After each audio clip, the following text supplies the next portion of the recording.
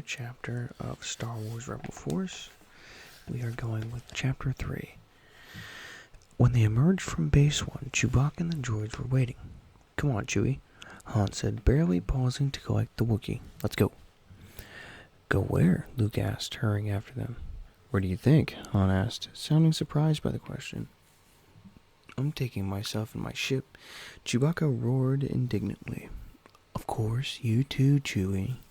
What, you think I'd leave my co-pilot here to get blasted to bits when the Empire shows up? We'll jump into hyperspace and be halfway across the galaxy by dinner time." Han stopped and turned to Luke, jabbing him in the chest. "And if you're smart, kid, you'll come along for the ride. I've got to admit, you're not a half-bad pilot. A few sloppy habits, but you could come in handy once we get a little training into you." "Not half bad," Luke repeated. "I could fly better than you blindfolded with one arm tied behind my back."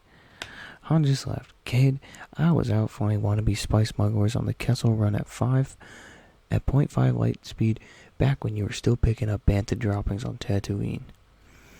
"I was a good enough pilot to destroy the Death Star," Luke pointed out.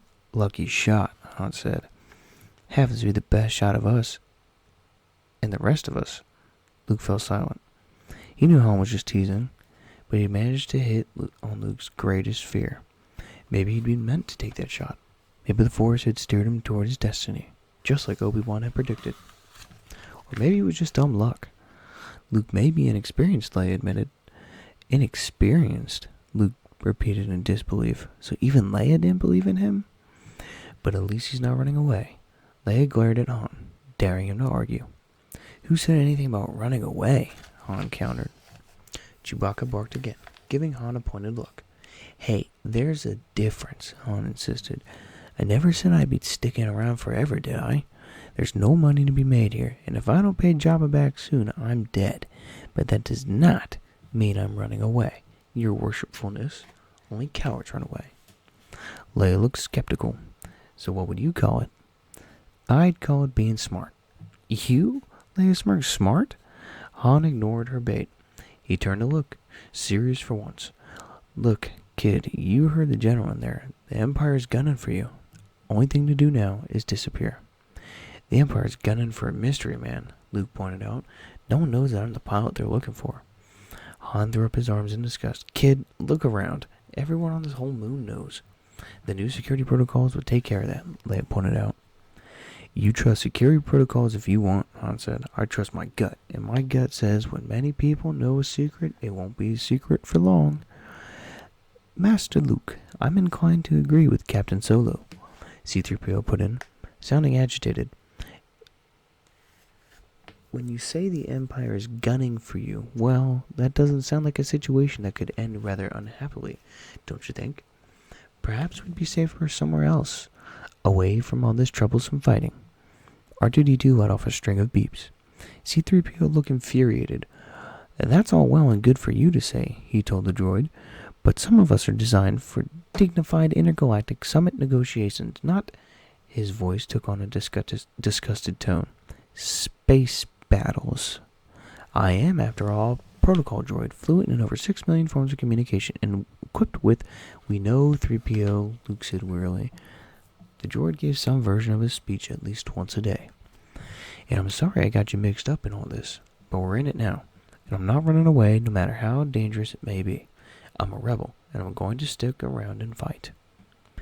"That's what a Jedi would do, right, Ben?" he thought, but of course there was no answer. At two crucial moments, he thought he'd heard Ben speak to him from beyond the grave, but it had never happened since. Luke was beginning to think it may just have been his imagination. "You see, Luke's not afraid," Leia said proudly. Luke grinned. "Running away from the guy with the blaster pointed at your head isn't fear, Your Highness," Han retorted. "It's smarts. Or did they not teach you that in princess school?"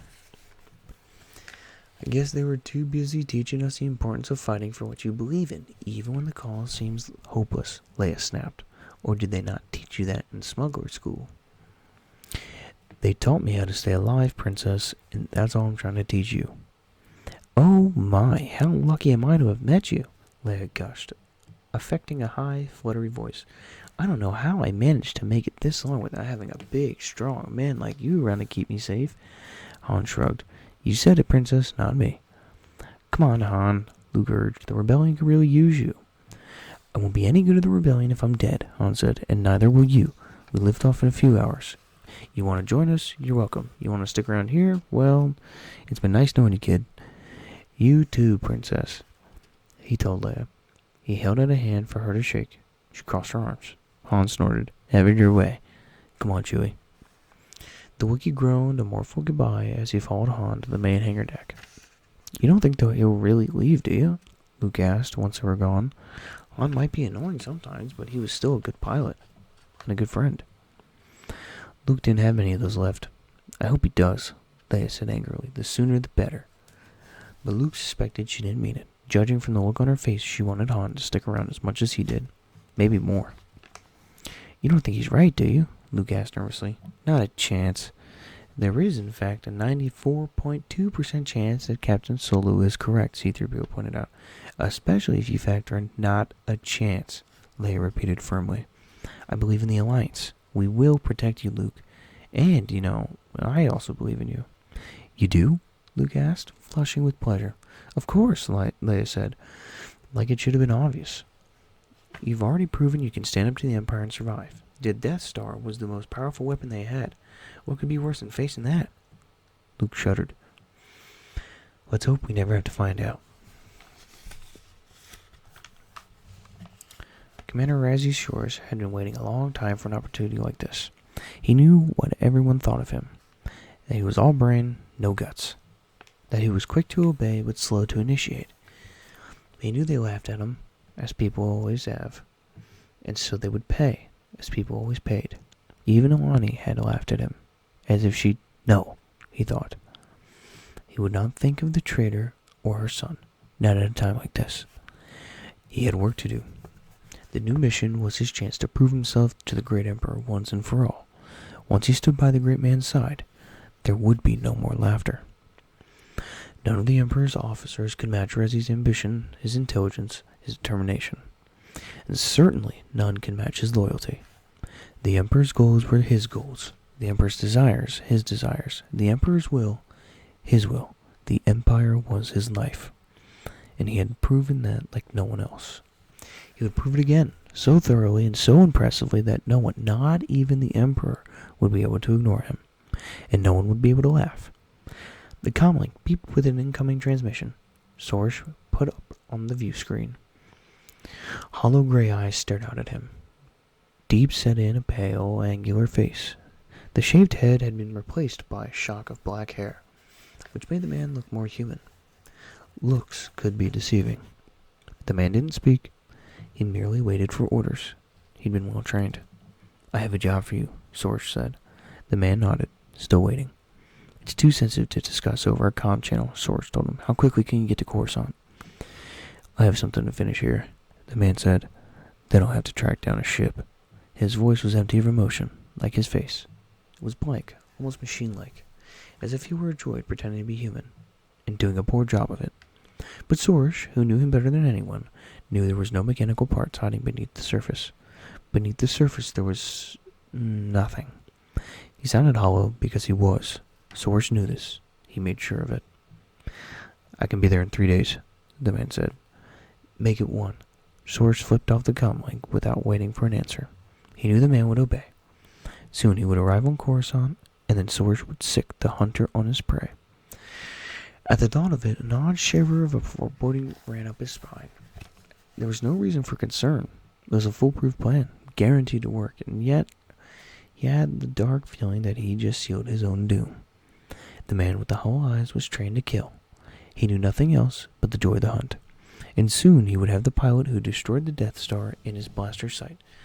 So why did Sorsh feel he had just signed his own death warrant? So be it, he thought, imagining his inner voice traveling across the dark emptiness of the galaxy and whispering in the pilot's ear. Then you and I shall die together. Ooh. That was an interesting chapter there. I like that. We are 28 pages in. Chapter 4 starts on page 29. I hope you all enjoyed. If you did, don't forget to leave a like and a comment. Don't forget to subscribe. Like always, I hope you have a great rest of your morning, afternoon, or evening. And remember, stay hydrated, stay cool, and I will see you all in the next one.